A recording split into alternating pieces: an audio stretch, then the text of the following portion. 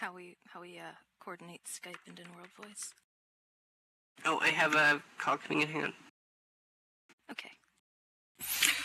Just turn mute inworld voice. Just turn hey, the volume all the way down. Hang on, I gotta get let it in here.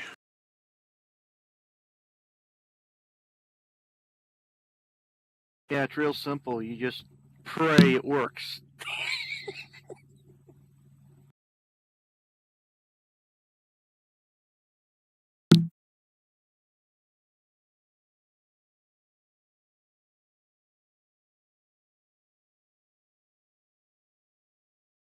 Debug is when you send a region message, the autoresponder sends an IM back. So in Jessica's case, she got like 20 IMs.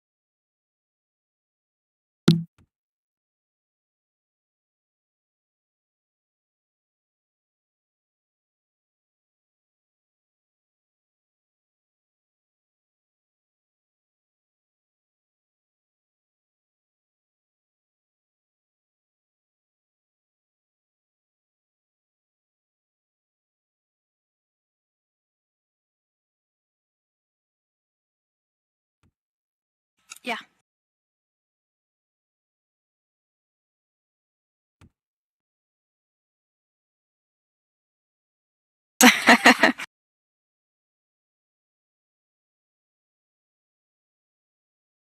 I have all the unnecessary ones closed out. I'm all set.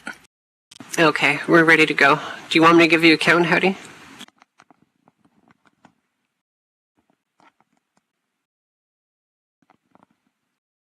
Yeah.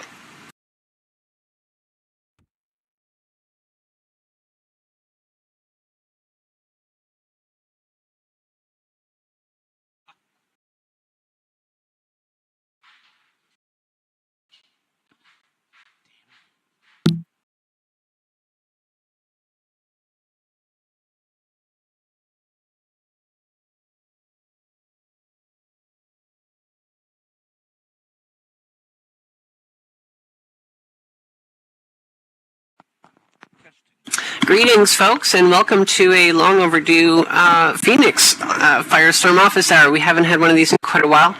Unfortunately, Phelan is no longer with us. She rediscovered real life, unfortunately, and she's kind of got lost in real life now. I think somebody throw her a lifeline. But in her place, we have Letta Ponye, who's to my right. And Letta is one of our support management folks. And she has the most fantastic voice. And she may even, at some point, start taking over our office hours. Hi, Letta. Hi there. It's nice to have you on the show. And you're sort of taking over Phelan's spot. Of course, you'll never be able to outdo Phelan's hair. But no, never. or her bake fail problems. That's not a bad thing. And actually, we'll be talking about Bake Phil a little bit later. So Letta is here for her main thing that she's going to be doing today is taking your questions from you folks in the audience, and also taking questions from those of you on the live stream. Hi there, I see you. And once we get to the question and answer section, Letta is going to start drilling me with your questions, and we'll try to get them answered. We're going to do this a little differently from past shows where we used to have a break in the middle. We're not actually going to do a break this time. We're using a free stream, which is unlimited, fortunately. Unfortunately, that comes at a cost. You're going to get an advertisement every 10 or 15 minutes, and it's either a 15-second or a 30-second advertisements. That's for those of you on the stream, and I'm sorry we can't predict when it's going to happen. It'll just suddenly happen, and you'll not hear anything that's being said. Hopefully that's not going to be too much of a problem for you guys. There will be a recording of everything that goes on, and the recording will be ad-free. And we'll also be making a blog post linking to that recording and what we have to say today. And I'd like to thank all of our Phoenix users who are here and our Firestorm users, and thank everybody for coming, basically. So I have quite a bit to cover, and I expect you guys are going to have a lot of questions. So I'm just going to sort of jump right into it here. And I'm going to start off with why we do what we do. We get asked, I've been asked many, many times, why do we do it? We don't make money. What's the motivation for it?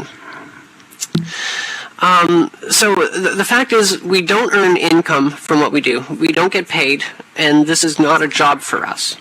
We don't gain anything in what we do, monetarily or otherwise. What we do is we are volunteers and we enjoy helping people. We're volunteers who like to be appreciated. The occasional thank you motivates us for another day, and it really does. It makes a huge difference when we get those thank you, thank you, thank you, I'd be lost without you. That's huge, and that really drives us. And our developers enjoy coding and providing users with cool new features, and that also ties into helping people and being appreciated. So key points, and there's a point to why I'm bringing this up. The key points are we do what we do because we enjoy helping people, we enjoy being appreciated, and we enjoy coding, and especially coding new features. So what's my job?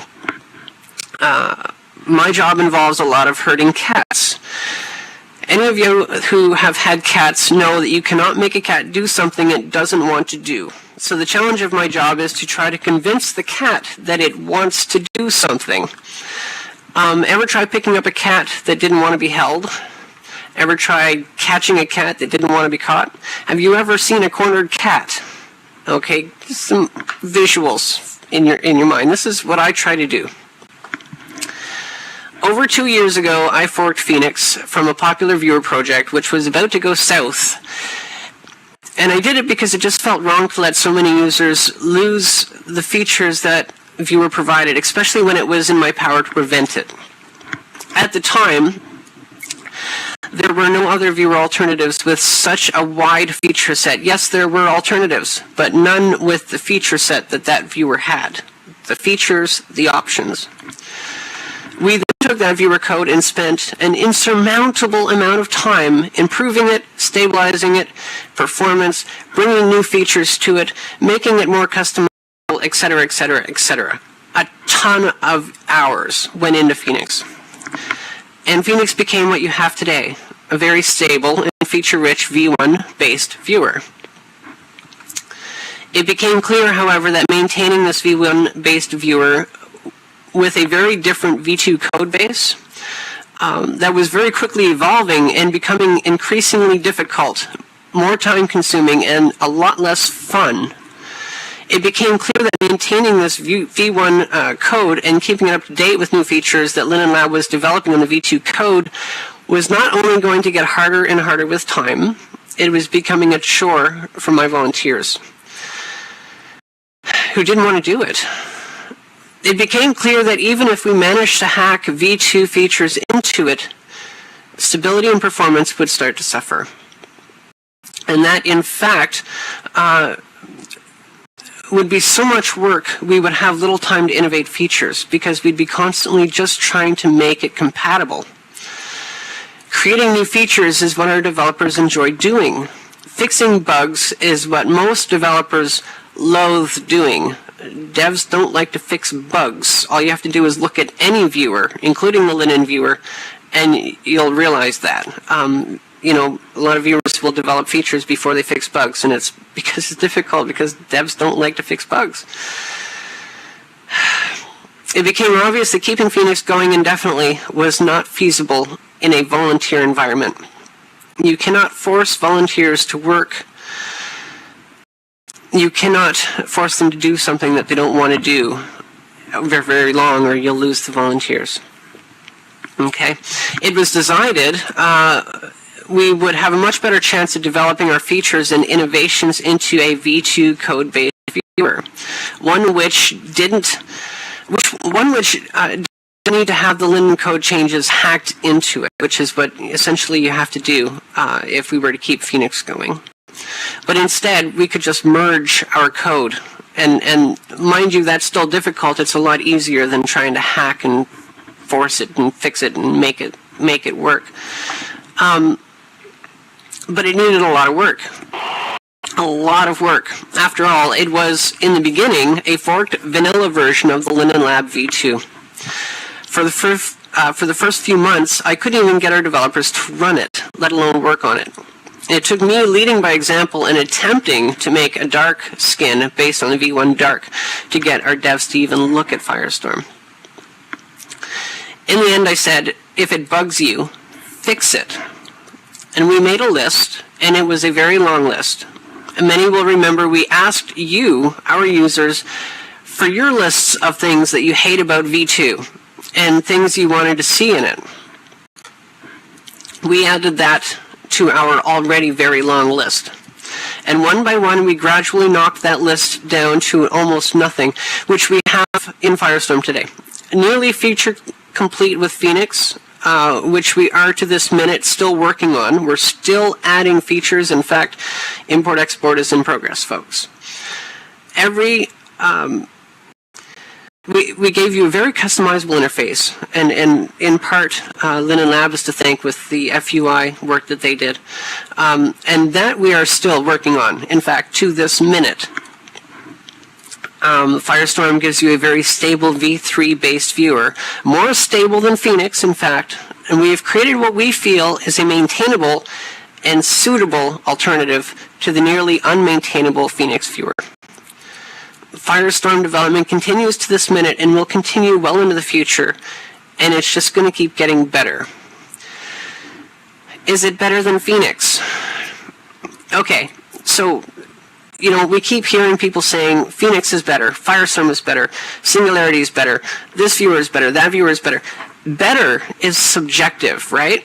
Better is completely subjective on the receiver's opinion. So we can't say that Firestorm is better than Phoenix. And I'm sorry, you can't say that Phoenix is better than Firestorm. It all depends on how it is to you. You can say, it's better for me. But it doesn't mean that it's better for everybody. Certainly, for us on the project, Firestorm is better than Phoenix. So much so that when we go back to Phoenix now, it feels old and clumsy and outdated. Now, I can't make cats do things they don't want to do. And the same can and should be said about volunteers. If I force my developers to work on Phoenix, I'll lose my developers, because working on Phoenix is no longer fun. It's a chore. Can we keep Phoenix alive? Yes, we can keep Phoenix alive, but it would be a heck of a lot of work, a lot more work than it's worth.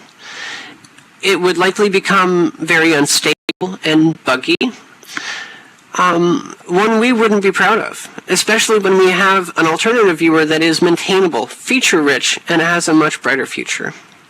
Support.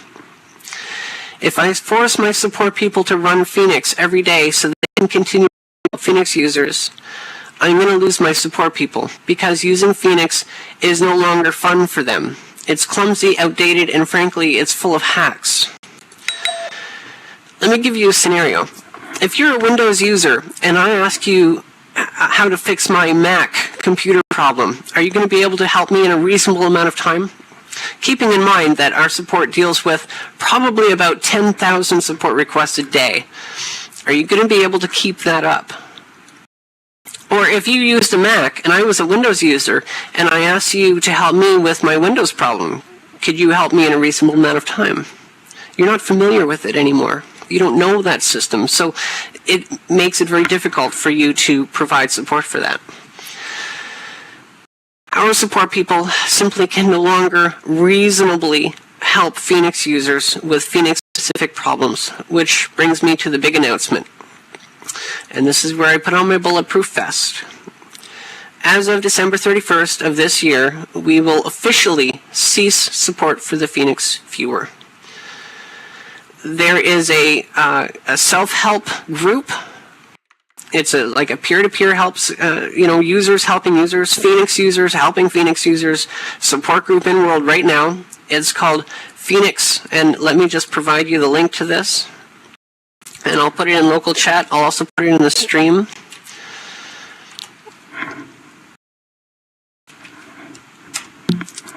This is not our group, but it is a self-help group. It's not managed by us. But I suspect you'll actually have better help I have a feeling, because our support people can't really help people on Phoenix anymore. And anyone on Phoenix who have come into our support group asking for help probably already knows that. Our support just can't really provide help anymore, even when they try. But Phoenix users can certainly help Phoenix users. So starting in the new year, we're going to ask people with problems on Phoenix to join that group and ask for help there. It's, like I said, it's going to be Phoenix users helping Phoenix users. Let me make a few things clear.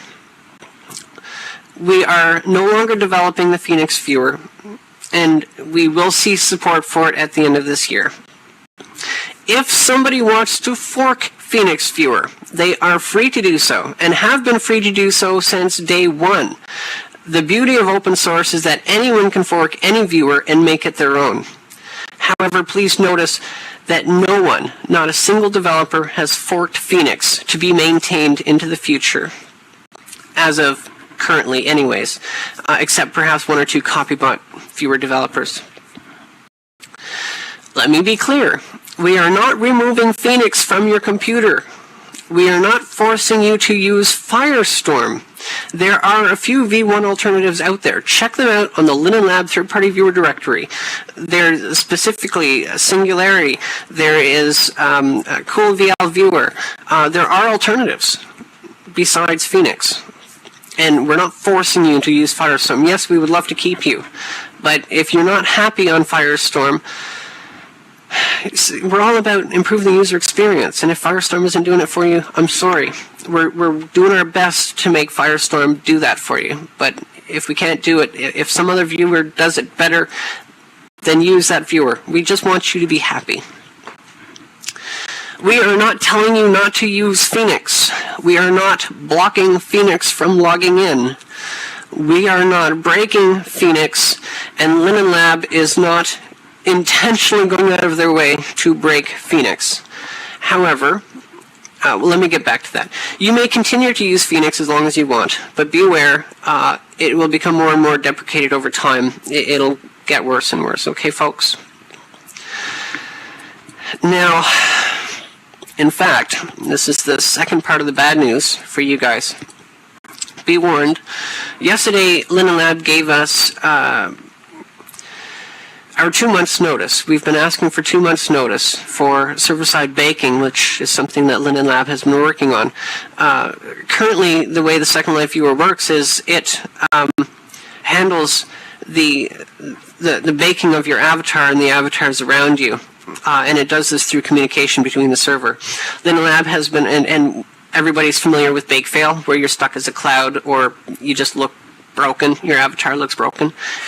Lynn and I have been working on this, I think, over a year now, which is called server-side baking.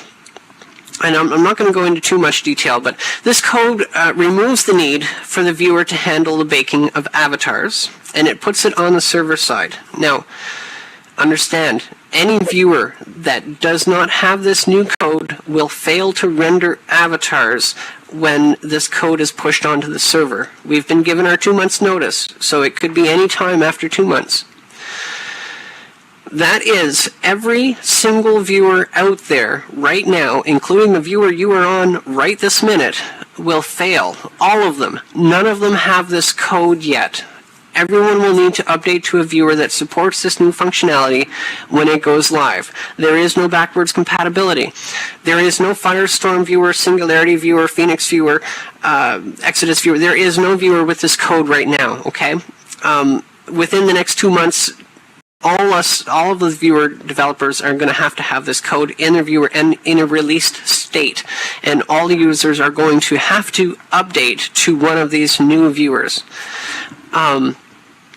Otherwise, you're gonna see things in a horribly broken way. A very popular blogger made a very good blog post about it, and I'll just link this here, and you guys can take a look at that. I'm sorry, folks, on the recording, I can't add it into the recording, but there's some great information about what's coming in a text-based thing. So there's that. Learn about it, understand, we aren't updating Phoenix with this code. Okay, so while we're not breaking Phoenix, we're also not updating Phoenix. We've known this code has been coming. We've mentioned it several times in our blog posts, and we've known that this would pretty much effectively break any old viewers. Basically, everything will be, all the avatars you see, including yourself, will be gray. And that brings me to about the end of my bad news, and everybody can start throwing bricks at me. If you have questions, please start sending them to Letta. If you're on the stream, please send your questions to Tank, and Tank will forward those questions to Letta. And Letta, do you have questions already? Yes, there are questions already. Let me take a look. The first one to come in is, will you be removing Phoenix from the TPV directory? Yes, I think we will. It's a question of when. In fact, I was just asked this question yesterday by Linden Lab. And we're not sure if we're going to remove it at the beginning of the new year when we remove support for it, or if we're going to remove it when it's just broken from the server-side baking. Chances are we will remove it from the directory in the new year. However, we will not be removing the downloads. We're going to remove the downloads from the main website page, okay? You know where you've got the downloads and you can see the Firestorm downloads and the Phoenix downloads. We'll probably remove Phoenix from there, but the Phoenix downloads will still be available to you through our downloads wiki page, and that can be accessed from the on the quick links on the main page. There's a thing that says other downloads, and if you click that, you'll be able to go and find the Phoenix downloads. We're not removing Phoenix, completely, but we're going to stop promoting it because it's as far as the Phoenix viewer, it's on its deathbed now, I'm afraid. Okay, next up is the question, this sounds similar. It's on the other end of removal, though. When will Phoenix downloads be removed from the website? I think meaning our website. Right. So like I was saying, we'll remove the links to the downloads on our main website. That's phoenixviewer.com. But we do have a wiki page, which is wiki.phoenixviewer.com/downloads. And the Phoenix downloads will remain there. And they will remain there until Phoenix is completely broken in Second Life. And actually, this one was offered as a suggestion from a support person, but I'm going to frame it as a question because it's related. How about the Phoenix wiki pages on the wiki? Will those still be there? Good question. So we're going to be setting our JIRA on faux issues to read only. We're not going to remove any information that we have on Phoenix because I understand there are people who continue to use it, and although we're not going to support it in an official way, we're still going to provide you that information is pretty valuable, and we would never hide that from you guys. So the wiki pages will remain for Phoenix. All the Phoenix JIRA issues that have been reported on Phoenix will remain readable, not commentable. People will no longer be able to report bugs on Phoenix. And frankly, if you're reporting bugs, it's not going to get fixed. We cannot develop two viewers at the same time. We can develop Firestorm or we can develop Phoenix.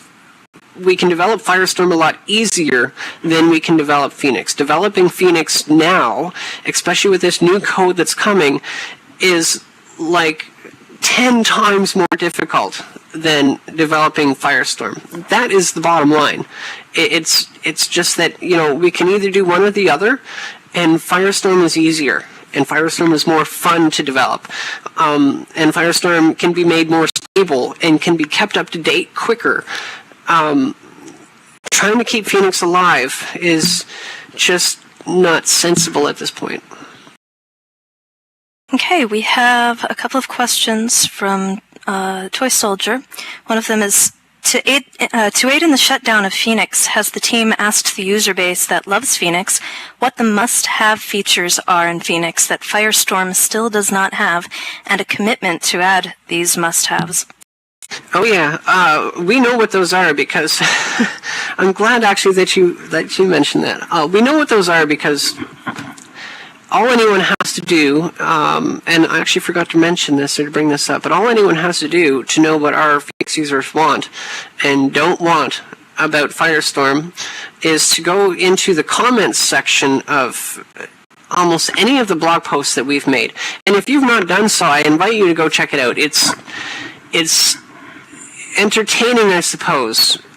Let me just say, though, that for us, it's really discouraging. First of all, we've always been open to your feedback, and we love your feedback, but not when your feedback is, you guys do nothing but lie. You guys are a-holes. You guys are this, and you guys are that. Look, this project is founded on honesty. I'm not 100% correct all the time. In fact, ask anyone on the team, I'm wrong.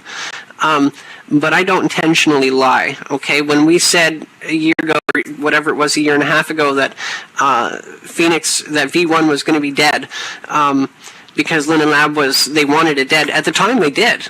And at the time, that's what they told us.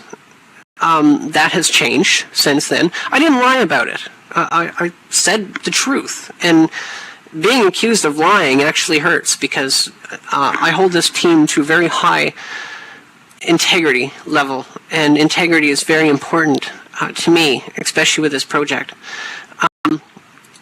We know what Phoenix users want in Firestorm. We know what Phoenix users don't like about Firestorm. There is, unfortunately, only so much we can do. Let me address the pink bug. Okay, we just released Firestorm with the latest release of Firestorm. It has some bugs with pink screen for some users. And in the blog that I posted, a very short blog about fixing that, I was accused of lying and all kinds of things because pink didn't exist in previous releases, and suddenly it appeared in this release. Let me tell you something. Pink has been around for about a year.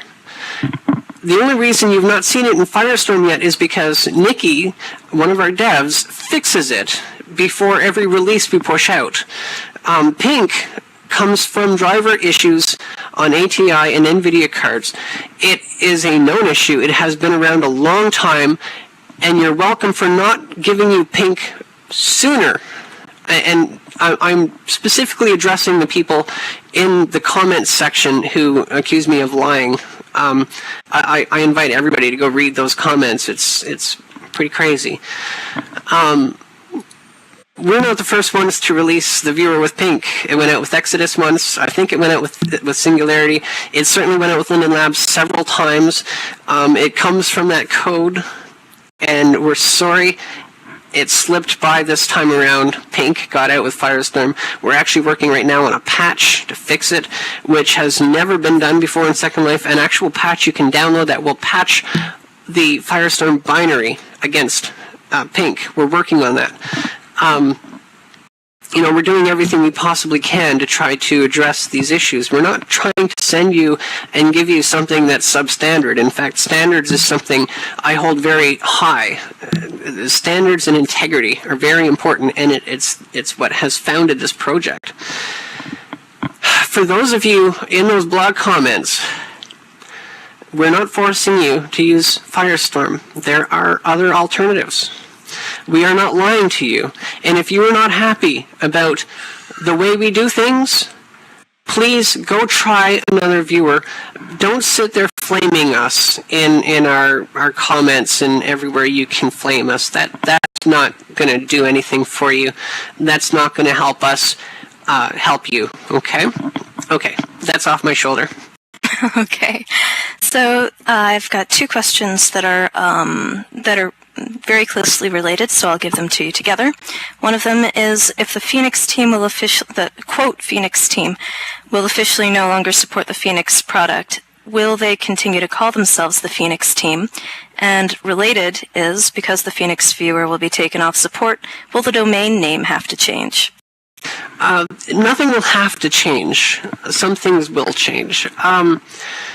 When we first started out, we registered as the Phoenix Viewer Project. We have since changed that business name to the Phoenix Firestorm Project. We're going to stick with that. We're going to stay the Phoenix Firestorm Project. Phoenix is kind of like the company name, and it was the Phoenix Viewer name. But now that we've moved on to Firestorm, Phoenix still remains the company name. And Firestorm is our second iteration of viewer alternative. It's the next generation of product that we provide for free, I might add, folks. We're not charging you. We got people asking for a refund. There was one person, and here I go ranting again. There was one person who demanded that we give them back 3 weeks of their Second Life for wasting their time on Firestorm. What? Really? I'm telling you, folks, it's in the blog comments. Go check it out. We might change our URL, our domain. We might change it to phoenixfirestorm.com. But we would do that seamlessly, so you'll still go to phoenixviewer.com and it'll just auto-direct you to the new domain, so your bookmarks, your favorites will still work and everything. If we do change anything like that, we'll do it seamlessly so that it doesn't affect you guys. So, Jess, if you'd like a break, here's a question I can cover if you'd like. Sure. So, Jesse Forrest asks, why are the letter characters in Firestorm way worse, gray and ugly, than the ones in Phoenix, which are bright, good, and beautiful? So, Jesse, one of the complaints when Firestorm first came out was that it didn't read as easily as Phoenix did. If you're used to the font in Phoenix, including the color and the actual typeface, then you may not be able to get used to Firestorm right away. However, Firestorm is actually extremely customizable on that point. It has, how many are there now? 7, 8 different fonts. You can change your font. If you don't like the one showing, then you have 7 options now. They are located on Preferences, User Interface, Font. If it is the color that you're having trouble with, you can try the different skins. The vintage skin is in coloring about as close as you can get to the what was called the default skin on Phoenix and other V1s. And you can change that in Preferences, Skins. That's it, Preferences, Skins. And of course, you can change all the chat colors you want in Preferences, Colors. So there are a load of options that you can explore. if none of those options work for you. Unfortunately, the one thing that Firestorm can't do is have the exact font that Phoenix had. The reason is licensing, which even a nonprofit group like ours has to abide by. So, yeah, there's no option about that. So hopefully, some combination of font skins and text colors will work for you. I gotta say that I use the Ubuntu font family font, and I have by this time ended up liking it more than I liked the original Phoenix font. But yeah, where our hands are tied as far as the Phoenix font itself goes, but there are a lot of ways that you can experiment with to see if something else comes close. Jess, did you want to add anything to that? Actually, I couldn't have said it better myself. Thank you. Okay, then you get to work again. Via IRC, Krim says, will server-side baking also mean that temp uploads will be gone? Yes. Don't blame me. You can blame me for, I'm the face of the project, and so I'll take the heat for not maintaining Phoenix. But it's not my fault. I didn't do it. Temp uploads are going to be broken with the new server-side baking. And I understand, and in fact, there should be a transcript of the office hour with the third-party viewer meeting with Linden Lab yesterday, where there are, in fact, some products in Second Life who depend on temp uploads, and they're going to be broken as well. Okay, and also on the subject of baking, Dimps says the bake, can that be explained again, please? I'm not. It would take me a long time to try to explain it, and I would probably be wrong, because I usually am. But again, this blog post says it very well, and I'll just resend this link again, and I'll put it out in the stream as well. Have a read of that, because it's explained much better than I could explain it there, and it's explained in pretty much plain English for people, I think. Cool. Okay. Next up is... Just before you ask that, I just want to make sure I don't forget, because I saw somebody mention on the stream while you were explaining the font issue about people who have systems that, for one reason or another, cannot run Firestorm. People who are on old systems who have been asking us, please, we can't use the new viewers, we can only use Phoenix, please just keep Phoenix alive and keep Phoenix up to date. Guys, here's the reality. If we did keep Phoenix up to date with Linden code, you wouldn't be able to use it either. It is the new code that's causing you to have these problems. The reality is, if you're not able to use a new viewer, you are going to have to upgrade your computer, period. Even if we kept Phoenix alive, that is completely out of our control. Server-side baking is coming, and it is going to break every existing viewer right now that's out there. You will not be able to use them in Second Life because you won't be able to render avatars anymore. You're going to have to upgrade your computer, and it doesn't cost much. You can go to Newegg, or there's a whole bunch of online stores you can go to that sell cheap computer parts. You can pick up a video card, a decent video card, for really cheap nowadays. But the reality is you're going to have to upgrade. Technology evolves, features evolve, and you're going to have to evolve with it, or you're going to be left behind. Linden Lab gave us 2 months yesterday. The clock is ticking. That's the amount of time you guys have to get a computer that can run a more modern viewer, because all the old viewers are going to be toast. Okay, here's one from Rainey. It says, what about those of us that have issues with Firestorm only loading in pink? SL's horrible viewer doesn't go pink, nor does Phoenix. Right. So the pink thing... I like pink, but it has become, an issue for us where, Nikki has fixed it so many times, and every time we merge with Linden Code, we get it again, and it's almost always a different cause. Same area, it's driver related, but it's almost always something different that's causing it. And so fixing it each time is a different fix. Somehow, when we merged up with Linden Lab, we got pink, and the Linden viewer didn't this time around. But it's been the opposite quite a bit more often than not. So I would say be happy that this is the first time you've had pink on Firestorm. And again, if you've got pink, be assured we have a patch that Nikki has developed. And this is the first time a patch has ever been designed for Second Life, to my knowledge, that we can issue to our users, and they'll run it, and it'll check the binary, it'll make sure it's patching the right version of Firestorm, and patch it, and fix the pink problem. We're still in beta testing on it. I don't want to put a blog post and say, here, download this patch and it'll fix your pink, if it doesn't actually fix the pink, because then I'll be blamed for lying again, and I don't want to be a liar. So we're doing some serious beta testing. Every time that we see somebody new come into our support group saying they've got pink, our support is instructed to send them this patch, follow through with them, make sure that it's worked, and report back if it's worked or not. So far, we've had a little bit of mixed results, and that's why we haven't released the patch just yet. I should mention, too, that we're hoping... Oh, I got an IM from Nikki. Let me just read this quick. Oh, Linden Lab is back with pink as well, I'm told. Bug-1073. Thank you, Nikki.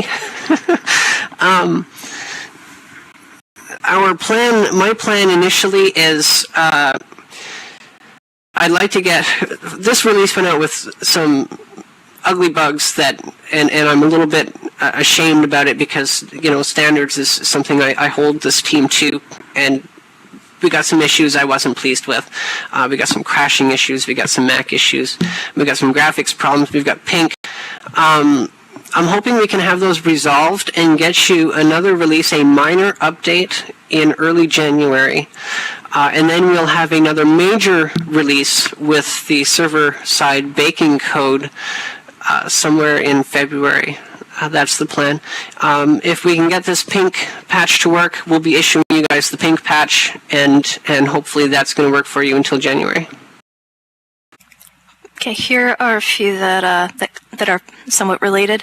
Firestorm team is ready to incorporate this new code so the viewer won't be unusable when Linden Lab turns on the switch. That was from NP Milno. And similar to that, Capricorn says, please ask Jess if the nice cats will continue to support Firestorm for a long while yet. And finally, Krim says, does it look like Linden Lab will release the server-side baking code far enough in advance that TPVs will have a chance to incorporate it by the time it goes live? Great questions. Let me just say that Linden Lab can't really release server-side baking on the server until third-party viewers have picked it up and released it themselves, because if they do, they break everybody that's on that particular viewer. And in fact, the result would be, so let's say you're on an updated Firestorm and you have this new baking code. You're on the latest cutting-edge Firestorm with the new baking code, and you come across someone who's still using Phoenix. They won't bake for you either, because part of that baking requires the viewer to send that information correctly. So yes, we got the code yesterday. We got the initial code yesterday. There is a lot of it. And it's a non-trivial thing to add to the viewer. It shouldn't be too hard for us now on Firestorm, because Firestorm is already based in Linden Viewer, and I say that reluctantly because we found that every time we merge anything from Linden Lab, because Firestorm is in fact quite different now from the Linden Viewer, because we have our own options and features and whatnot, merges tend to cause us to get regressions. You ever notice we'll have a release at one time, and then and we've fixed a bug, and the next release the bug will be back? Quite often that's because we've merged Linden code, and in that process overrid overwrote our fix, and we missed that in our regression testing. So the code is already initially out there. Linen Lab is depending on third-party viewers to test and get it implemented and released in their viewers in a very timely manner. That 2 months is not just a heads up. That 2 months is you need to have this code released in your viewer in 2 months, give or take. So yeah, the code is out there. In fact, I believe there is a Linen viewer you can actually download. Am I incorrect in that? I think there's a Linen viewer you can actually download to test this, I think, on a beta grid. I think they've got it on the beta grid. Project viewer, yeah. So here's another one that was also in the same vein as those previous ones. So Snowy had said, will Firestorm be dead too when this new bacon comes in, or will it be updated? Snowy, I hope that Jess's answer just now answered that question. If not, please ask again. Let me just say, to be really clear with everybody, Firestorm is here for the long haul. Firestorm is going to be maintained constantly. We're not giving up on Firestorm. If we give up on Firestorm, well, then we're just leaving Second Life. Firestorm is the viewer for the future for us, for this project anyways. So yeah, we will continue to support Firestorm. We will continue to develop Firestorm. We will continue to bring it into feature completeness. We will continue to bring you new features. We will continue to improve performance. There's been a lot of people saying that Firestorm isn't as fast as Phoenix is. Well, for some people actually it's faster, and for some people it isn't, and we're not quite sure what the reason for that is, but in this current release cycle we're in right now, one of our focuses is to improve performance on Firestorm. I want Firestorm to be fast for you guys.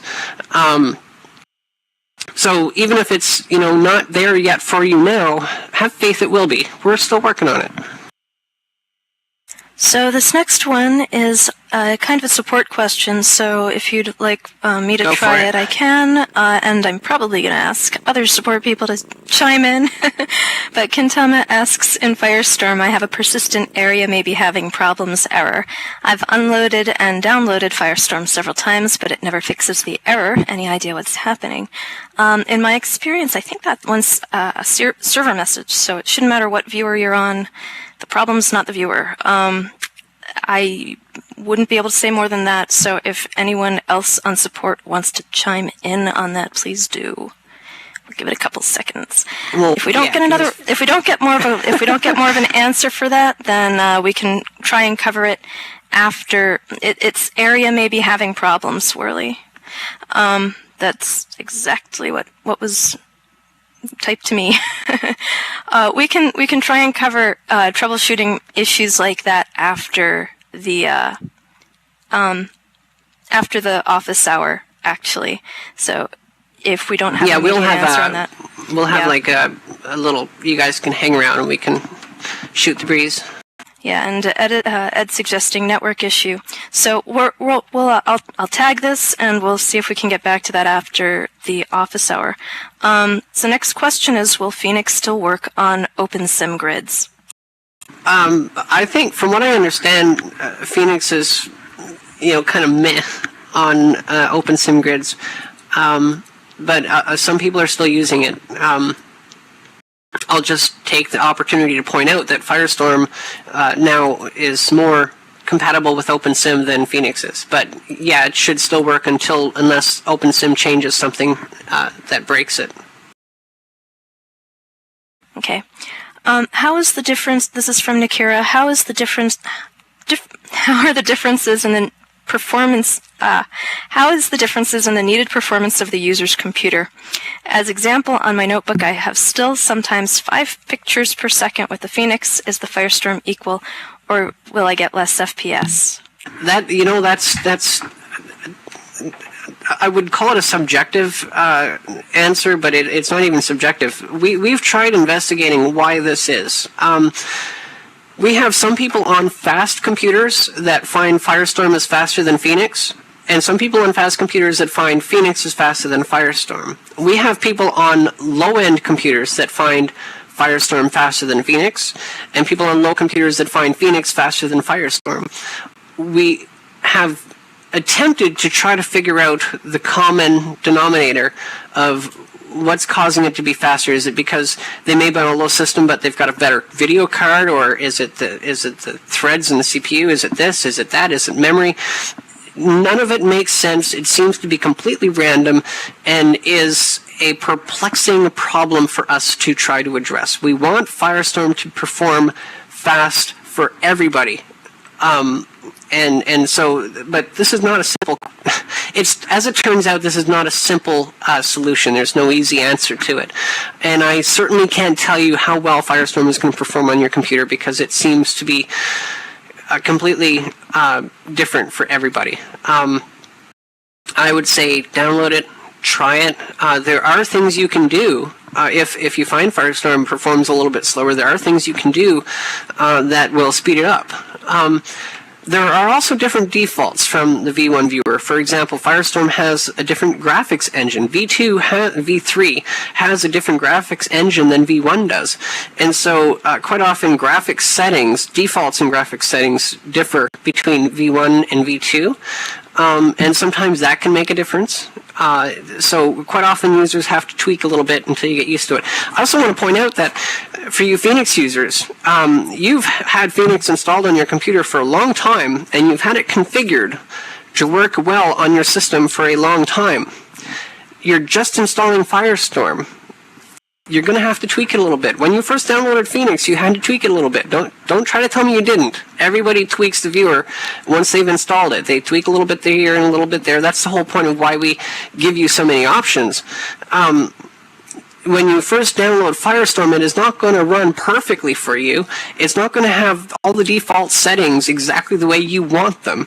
When we choose a default setting for a preference or for an option, we try to go with what we think most people would prefer, but everybody is different. And I'm sorry if, for example, and this is going back to blog comments again, I'm sorry if the buttons, the default buttons that we chose to display on the bottom of your screen, on the bottom of the bar on Firestorm, are not the ones that you would choose.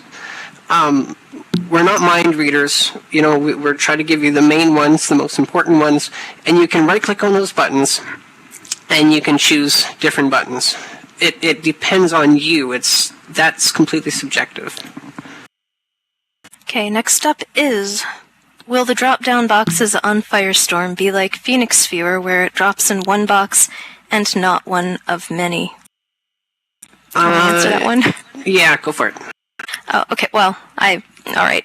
So, the preferences in Firestorm are not identical to the preferences in Phoenix. And there are no plans to make them so. So there will be some differences, but if there are specific things, such as in floaters, that are configured differently in Firestorm and Phoenix that you would like to be different, it never hurts to file a JIRA for a feature or improvement request. The worst thing that can happen is it doesn't happen. So basically the Firestorm prefs and menus are as they are, but most of the other things may be, they may be adjustable in the future. I'm not, can't say they will be. In fact, they probably won't be. But if a good idea crosses our path and a dev who wants to work on it spots it, then you never know what might get what might get changed. Does that? You want to add anything to that, or argue anything to that, Jess? No, I think that's pretty fair. I might point out that we're continuing to improve the interface, especially for the Phoenix. One of the things that two of the biggest complaints that we had in recent, I mean, there's been a lot of complaints, through the development process of Firestorm, but in the last, say, and what have been consistent through the development of Firestorm is web search. People hate web search, and I'm in that club too. I'm sorry, Linen Lab, I'm in that club. We brought you V1 search in the last release. Cinder Roxley made and brought in as an option, V1 search. It's not finished in the last Firestorm release we put out. It's a half finished. In the next release we put out, it's going to be mostly finished. It's going to have as many options as we can possibly provide you. It's going to be in one floater instead of in two separate floaters. The other was chiclets. How many people like the chiclets? Chiclets, by the way, are those icons that line up in the corner, either the upper right or the lower right, depending on your settings. See, we have people that like them. You guys are crazy. Hey, I've gotten used to them. I don't dislike them anymore. I don't even notice them anymore. But I get that when people first come on Firestorm or any V2 viewer, chiclets are up in your face, blinking and blocking notices and all these things. We hear you. We are working on it. Maybe we'll have something in next release. Maybe we'll have a way for you to disable chiclets in the Phoenix mode. Maybe we'll have a way for you to move the chiclets to different areas. Maybe we've already worked on this stuff, and maybe it's already in our repository, and it'll already come out when we release it. Maybe not. But chiclets is a big complaint up there. The point I'm trying to make is that we are still working on Firestorm, and just because it's not been fixed yet doesn't mean it's not going to get fixed. It just means that we are only human. We are not superhuman. We are not heroes. We can only do so much. We are volunteers.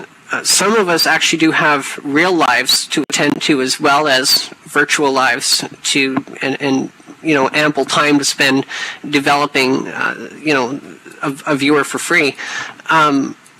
So we're working on it. Just give us time. So, Merck says, I know this is not about Phoenix, but do you know of any other V1 compatible viewers that will attempt to hack in the new server-side code? I can tell you right now, I reliably predict Singularity will probably succeed, and a Cool VL viewer will probably succeed, and they would be probably reasonable alternatives to Phoenix. They're not Phoenix.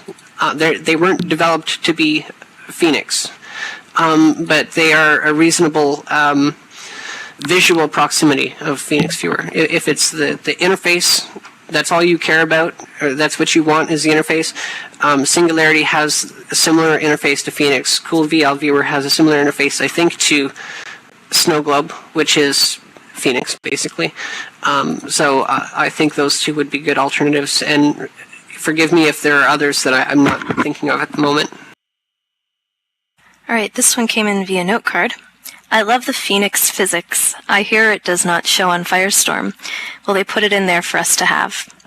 It does, actually. Depending on what version of Phoenix you're on, we actually have people still running the oldest version of the Phoenix viewer, and I think it was using the old breast physics. I can't remember now. Yeah, but if you're on a physics have modern, rest effects. was it? Yeah, that's old school. If you're on a modern Phoenix viewer, by modern I mean the last couple of releases of it, you'll have avatar physics, which is Linden developed, and it uses a wearable, and Phoenix supports that, and Firestorm supports that. So, that works both ways. Yeah, if I can just add to that briefly, whether physics show or not often has to do with the FPS that you're getting in the location, and so if you're not getting as good FPS in Firestorm as you're used to in Phoenix, then you may not be seeing physics. But they're there. You can always test if they're there by putting on a ridiculously exaggerated physics layer and seeing if you still can't see that. I actually created a physics layer just for that kind of testing. It's pretty ridiculous. You don't want to wear it in public. But yeah, Firestorm has physics. In fact, that physics got backported to Phoenix. Firestorm, yeah. So if you're not seeing physics in Phoenix or in Firestorm, then you're experiencing a support issue, and you can come to us for advice or something. So yeah. Next is how is it possible to have obtained so much easier maintenance for Firestorm with respect to Phoenix? Is it developed in a different language, or is it only more engineerized software? That's from Aquila. Okay, let me try to explain as best I can in as English as I can. how can I explain this? Okay, Phoenix, old code.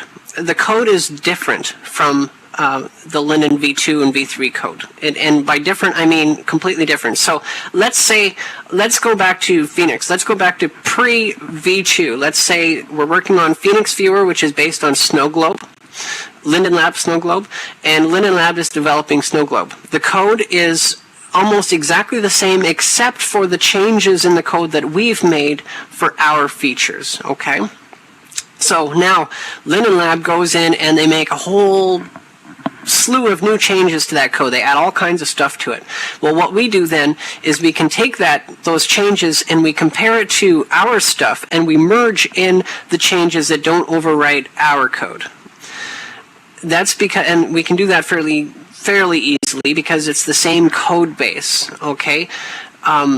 Now, the Linden V2, V3 code, which is Snowstorm code, is different from Phoenix. So we can't just merge it because when we do a compare, everything is different. It's completely different. So then we've got to try to go through line by line by line by line to try to find the differences. And that's how come trying to keep a V1 up to date will take a lot longer than keeping a V3 up to date. The more we change, so now let's go to Firestorm versus Snowstorm, Linden Lab V3 code. So now when Linden Lab pushes, for example, this new server-side baking, what we're going to do is Firestorm is based, the majority of the code in Firestorm is the Linden V3 code. The only differences are the changes that we've made in preferences, in options, in customization, performance, things that Linden Lab doesn't have. That's what is different. Now Linden Lab is going to dump a whole crap load of new code with this server-side baking stuff, and we're going to do a file compare, and we're going to compare their code with our code, and anything that's not overwriting our code, we're going to pull into our viewer, and we can just do that. Boom. Now, there's a lot of code, and sometimes we will accidentally overwrite our own code, and that's where merges get complicated. But I hope that kind of explains a little bit. It's like trying to merge an English book. You've got 3 paragraphs in an old book, and the new book has a 4th paragraph, and the 4th paragraph is just going to fit right into the old book. Whereas if you've got V1 to V3, Phoenix to Linden Lab V3 code, you've got an old book and another book that's written in Greek or Latin, and you can't just merge that. You have to do all kinds of stuff to make it work. Does that help? I don't know if that made any sense. Can I? So I've got a. If you get an analogy, go for it. Yeah. Yes, I'm the queen of analogies. So all right, so my new recent, no, this one's not about beer. So my new recent analogy for the working with V1 versus V3 code, and this, by the way, is coming from a total non-developer. This is, made for this is designed for people who don't understand coding by someone who doesn't understand coding. Imagine that you've been building with duplex bricks for years, and then all of a sudden your colorful plastic brick provider wants you to switch to Lego. And so the entire building environment is about Lego now. So you can either go with that and work with the more finely detailed Legos, or you can do a lot of work to try and make duplex work like Legos, kind of jam them both together, or maybe, paint little lines around the duplex bricks to make them look like there are a lot of little Lego pieces. Anyway, you can tell that if you're trying to use duplex bricks to build what is intended to be a Lego environment, you're in for more work. I'm going to stop right there. Basically, yeah, it's one of the biggest challenges we have is trying to make non-coding people understand the challenges that coding people face when it comes to developing something as complicated as the Second Life viewer. and merging is one of them. We get people all the time, why don't you just copy paste this feature into Firestorm? And you don't just copy paste anything ever. You have to make it fit and you have to make it work. It is not as easy as that. All right, so moving on, there's a comment coming from Katie on support. In support, we see so many people saying that they, quote, can't use, unquote, Firestorm, but it's been my experience that most computers can run Firestorm if the user is willing to work through the steps to do it. Absolutely. Absolutely. In fact, when going through blog comments, I won't say all of them. There are certain situations where it's not necessarily a system problem. And I'm certainly not going to say Firestorm doesn't have bugs. It does. So does Phoenix. So does every viewer. The Second Life viewer is extremely complicated, and there's always going to be bugs. But most of the complaints that I see are fixable. All the user has to do is contact support, and support will be able to fix you. I swear to God, that's all you got to do. Contact support. Instead of flaming us in our blog comments, contact support. Be friendly, because support is trying to help you for free because they like helping you, and they're going to help you a lot better if you're nice to them, and just explain, this is my problem, and they will try to help you. And in most cases, they can solve almost every problem you're going to come across in Firestorm. Okay, the next question is, how about snapshot tiling? Will Firestorm try to incorporate its own fix, rumored to be fixed in new SL Viewer beta? And we've got a blog link that, this was from Wyatt, and he included this blog link to as reference. Yeah, that's annoying, and we will absolutely have that. However, there is a caveat to that fix, which Paperwork, who, by the way, those of you who don't know who he is, gave us photo tools. He discovered there are some issues with that fix, but we absolutely intend to get that out. So this one was already answered, I think, but in case there's more to say on it. So there are often comments from Phoenix users that the Phoenix viewer is far more efficient and provides higher FPS than Firestorm. Is this true? If so, why? And would this performance be resolved? Or has there been tests to prove this is only a myth? Well, again, this goes back to what I mentioned earlier with we have mixed reports, and it goes in every direction, and there is not more people who find Firestorm faster than there are people who find Phoenix faster. That it's a complete 50-50 mix. We have tried to find out why, and so far we're not having any luck tracing why that is. But I can tell you that we absolutely want to make Firestorm faster for everybody. That is absolutely on our list, and is something we've been working on since day one, was, fixing. On almost every Firestorm release in the blog post, you'll see me mention performance fixes or performance improvements. Is because we always make at least some performance improvements anywhere we can, anywhere we find them. So whether it's true or not, there's no yes and no to that, because it's a completely mixed bag. Some people find it faster, some people find it slower. And some of us find they run pretty much exactly the same. And some, yeah. So Sensuous asks, where can one donate to the Phoenix Firestorm project? And on that same note, I think many would appreciate a link to such from your website.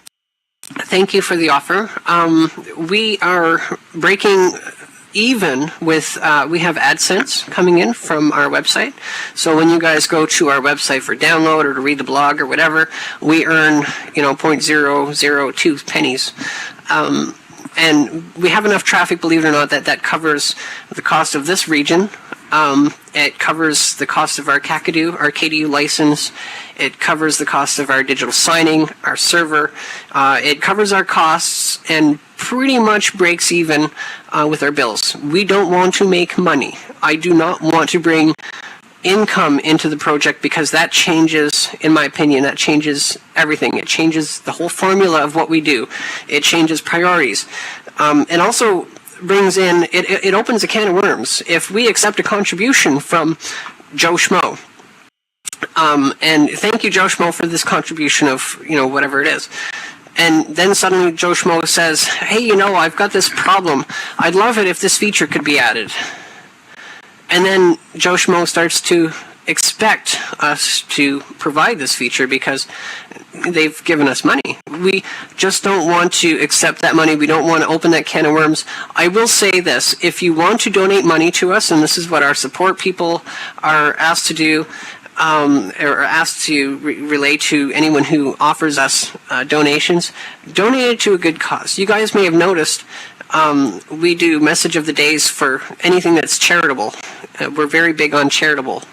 And if you guys do a donation, let us know you did that donation. Believe it or not, that is huge to us. Just knowing that you've donated to breast cancer or to, whatever it is, that's huge to us.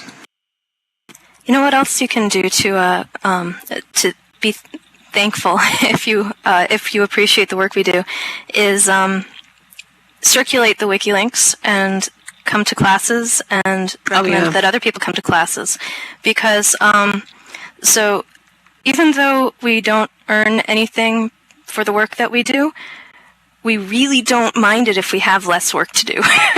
And if you guys know what you're doing with the viewer, we have less work to do. So the absolute best way that you can repay us for anything that either the support team or the development team does is learn. The wiki is a fabulous resource.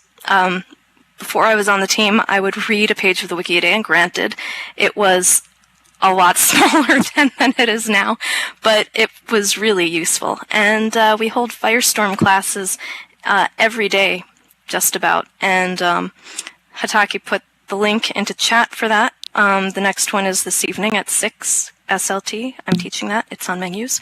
So yeah, that's those are much better than those are far better than donations for us. So yeah, and also Bluesy brings up a point, which comes back to my key points at the very beginning.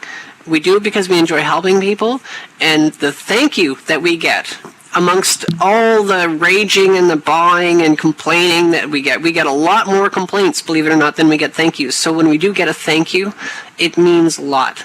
So if you guys want to help us, I'm telling you, go to our website, go to our support page or our About Us page where we have listed everybody on the team, and just IM somebody at random who works on the project and say thank you. That means so much. I've been keeping a hug log since my early days on support. Yeah, with the awesome. The greatest thank yous that I've gotten from people I've helped, and I won't waste time with it now, but after the meeting or office hour, if anyone's curious.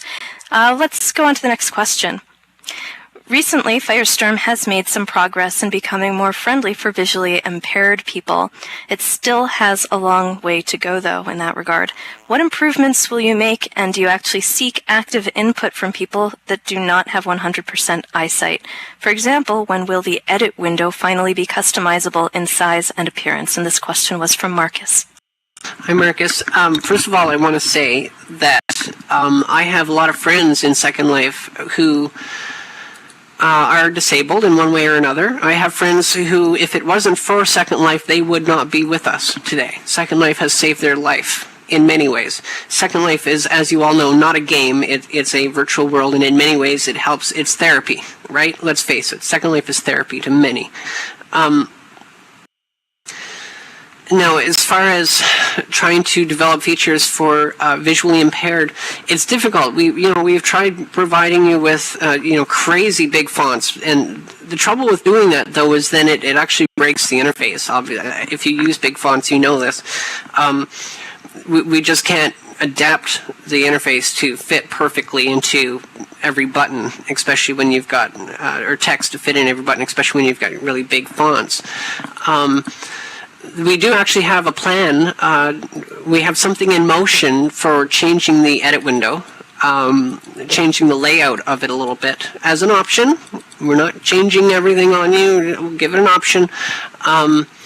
But it is difficult. It's not an easy thing for us to do for people. But it is something that I hold as valuable. And as Roxy just put into chat, Roxy Martin says Moby, as in our dev Mobius, has been working with us at Virtual Ability to help our disabled residents get a better viewer. So That's just fantastic. wanted that to be added. So yeah, we are actively seeking out input.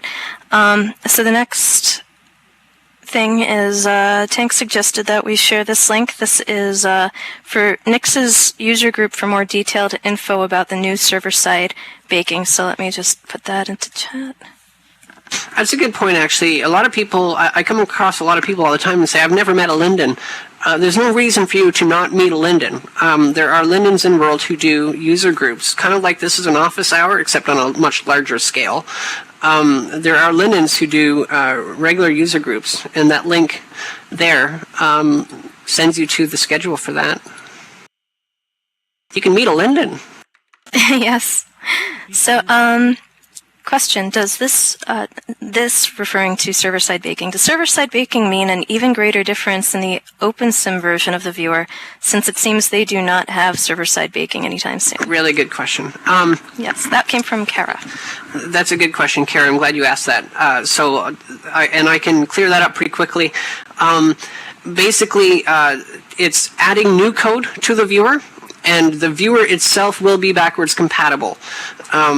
Which means that if it's basically going to check the region or check the capabilities of the grid that you're connecting to decide which way it's going to render.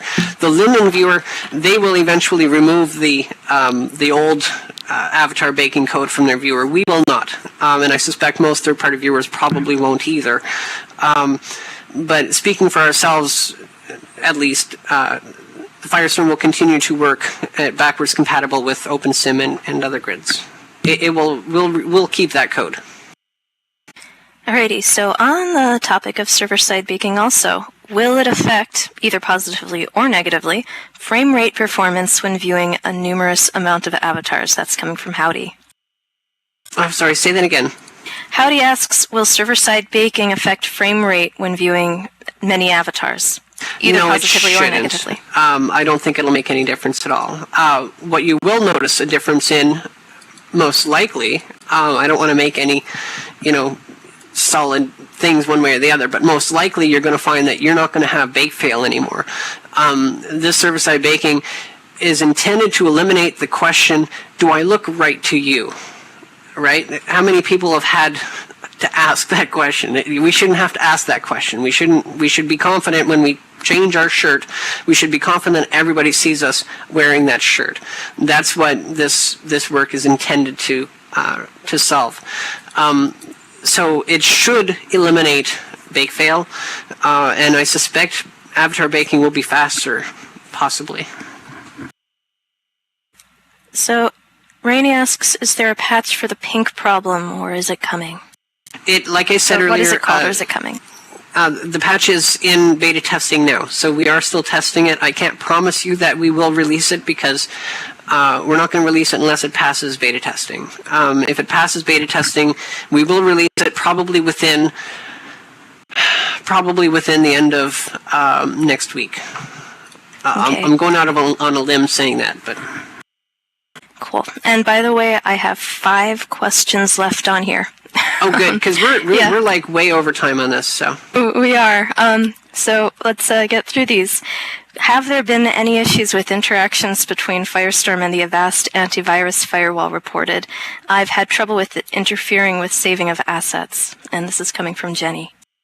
We've had problems with Avast since as long as I can remember. Not just Firestorm, I'm talking Phoenix, I'm talking Emerald days. We've had problems with antiviruses. They often flag SL plugin, they often flag SL voice. They sometimes flag our installers and say, oh my gosh, it's infected with some terrible virus. When you actually click on it, it says it's actually a very small risk. But it still comes out with this great big red warning. Oh my gosh. But as far as assets, no, assets are all server-side, and server-side problems have existed since before antiviruses were invented, I think. But yeah, we do have problems with antivirus programs, and we do have a link to fixing antivirus programs, which Taki has just posted in local chat, and I will put in the IRC chat for everybody. We have a wiki page for just about everything you can think of, folks. You get a problem, go to our wiki. We have probably the most comprehensive wiki out there for Second Life.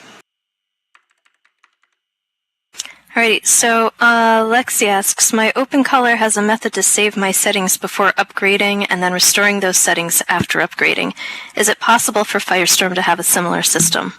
Okay, so one of the things that I hate asking of our users with every release that we push out is, and you've seen it, we always suggest and recommend that you do a clean install, which involves wiping all of your settings.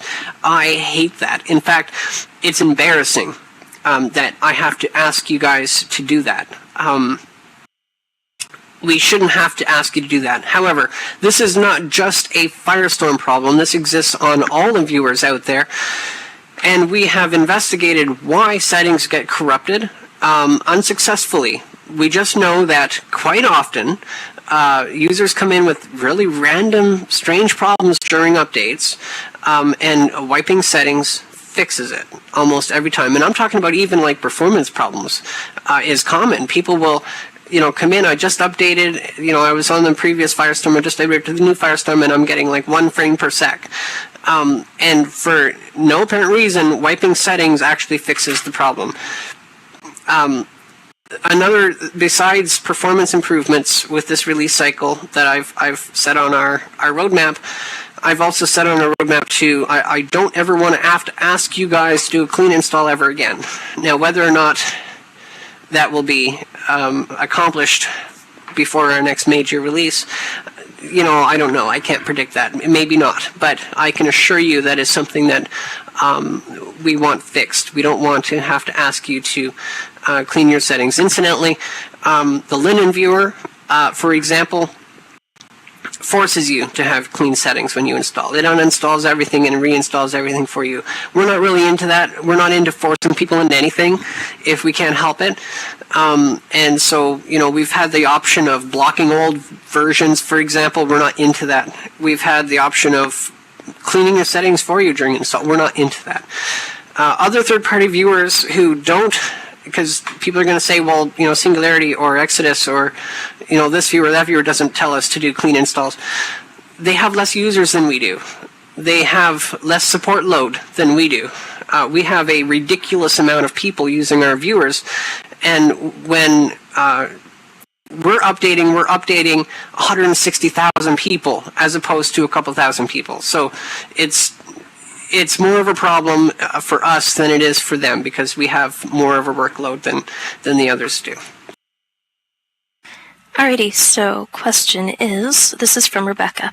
One thing that still annoys me with Firestorm is that permission requests, debit animation script links, and group notices do not have priority, as in how they stack visually, I believe.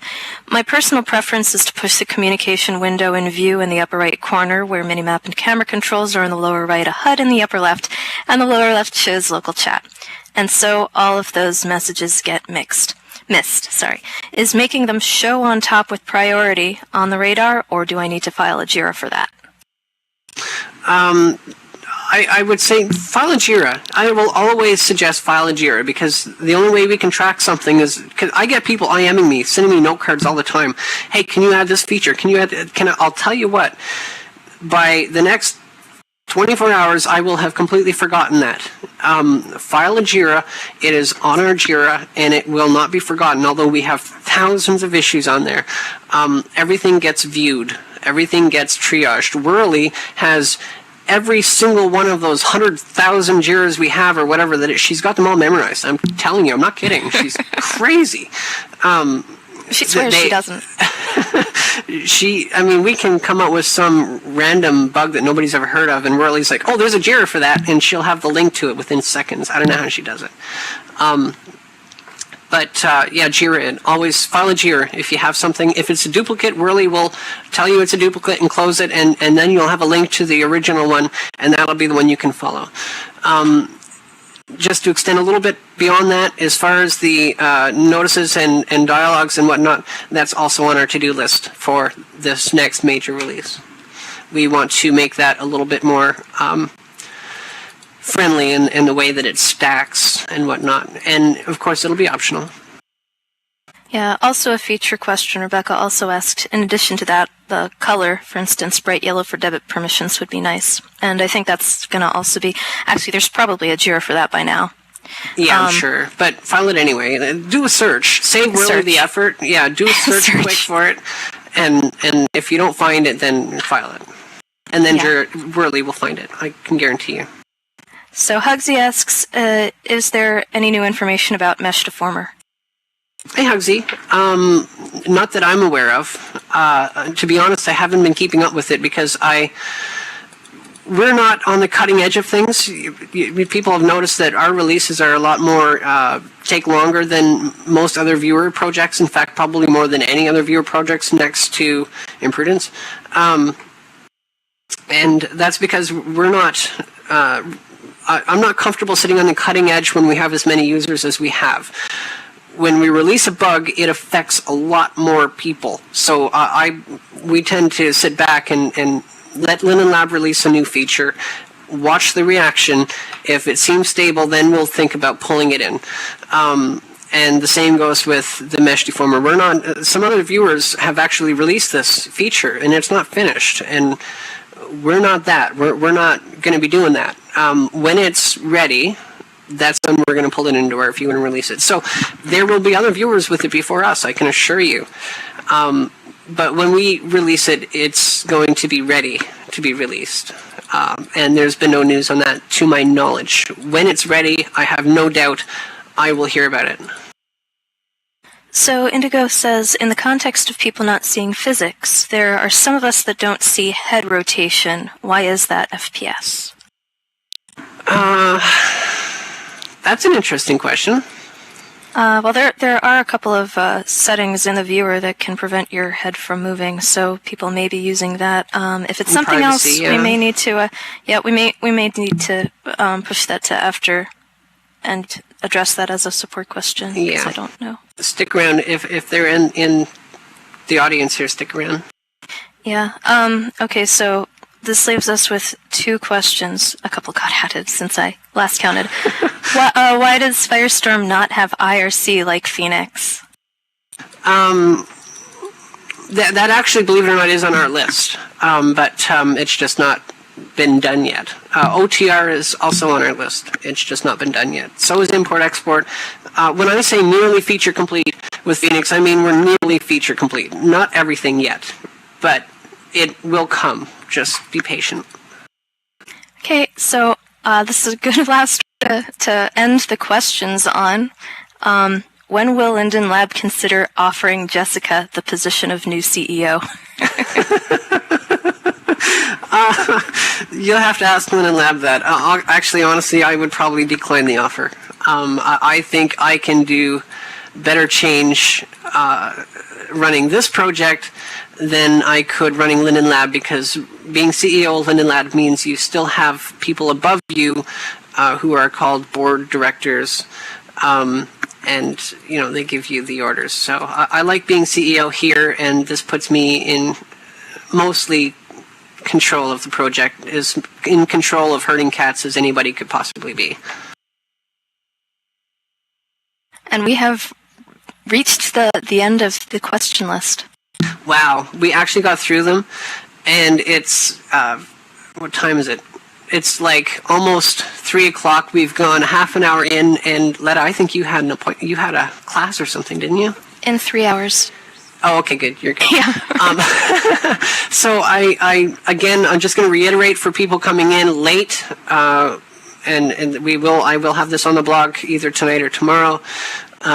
Support for Phoenix Viewer is ending. We are not providing support for the Phoenix Viewer after December 31st. There is a support group out there. If somebody could link that, I no longer have the link with me.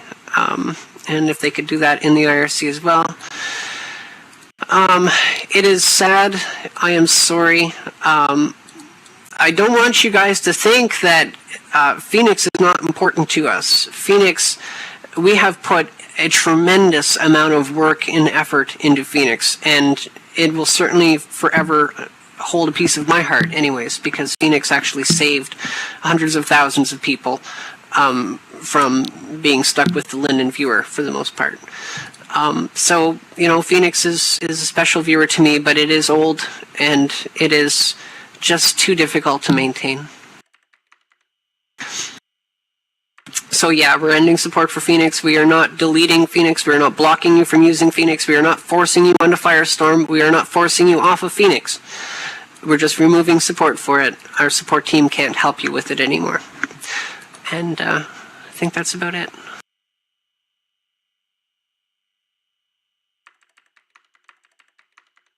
Letta, I want to thank you for putting on your brave face and getting up here.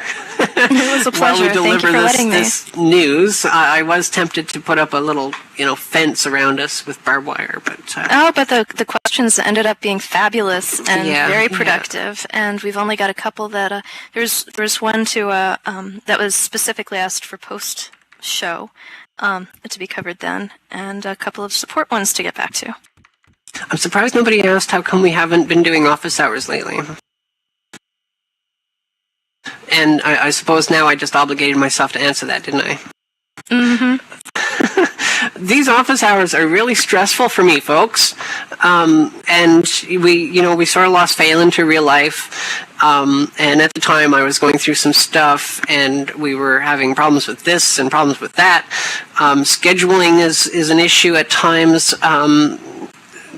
I'm not going to commit to anything, but I'll say we're going to try to start our office hours back up on a regular basis.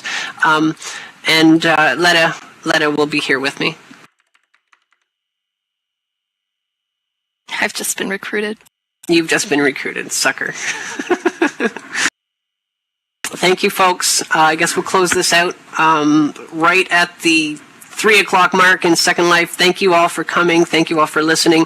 Please pass this around, especially once we have the blog post up. We will have a link to the recorded video. Please pass the recorded video to people. It's important that people know, we do actually care. It's just that for the reasons given, it's just not feasible anymore to keep Phoenix going. So that's it. Thank you, everybody.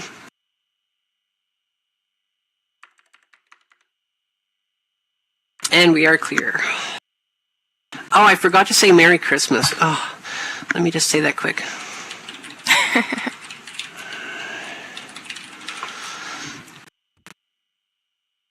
There, I said it in the...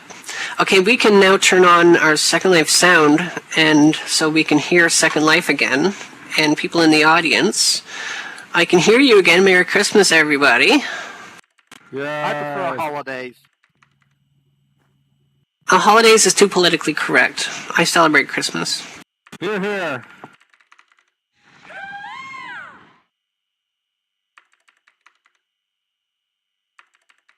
All right, so we can loosen up now and stand up and tech and tank. I know you guys are dying to get up on stage here, so come on over. Yeah, it's unfortunate that the Merry Christmas... So there's one point that came in through IM that we should have mentioned because we've been talking about about how to get help for the viewers, and that is, well, sometimes we get problems. We get people in the group saying, "My friend has such and such a problem. Can you help them with it?" And the implication is, can I speak back and forth between my friend and you until we get this worked out? And just wanted to put out there, or Jess can, that's not a very efficient way to do support. It will actually make the problem harder to fix in most cases. Unless it's so easy that we can just give you a link to pass on, it will make it harder to fix. So please, instead of doing support by proxy like that, please direct people to come to the support group themselves. We have support groups in 9 different languages that they can join for that. Toy, that's a good question. That's actually something that we've been looking at. I can't remember if we've actually fixed that yet. We are certainly aware of it.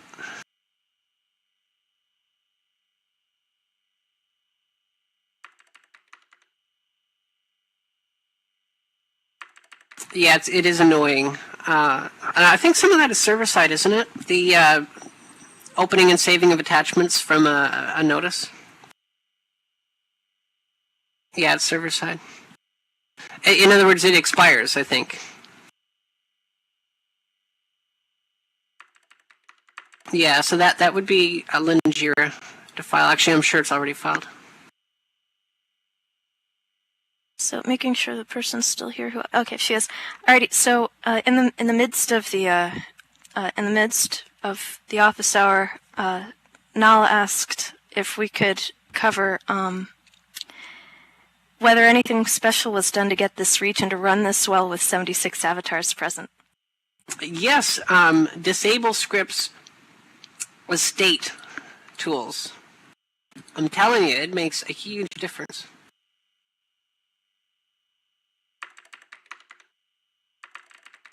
And I bet you if I turn on scripts now, this sim will just die. Well, and there's also that people are sitting, yeah. Believe it or not, a lot of people don't realize this, but your avatar standing there moving, especially moving, I see Kata moving around, that's actually creating physics collisions. And you don't hear the block tonk, tonk, tonk noise that you hear when you drop a physical block in Second Life, but it is creating physics calculations, and that will actually slow down a region, especially if there's a lot of people all moving around.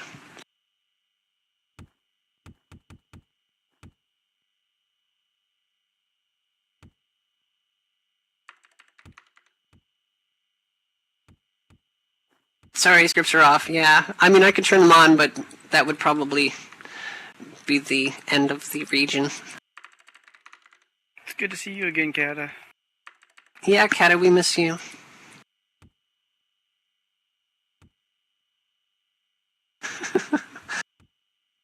Thanks for coming, attacking.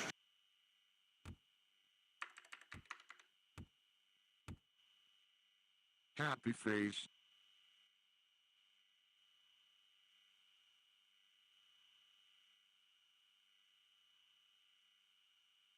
I hear voices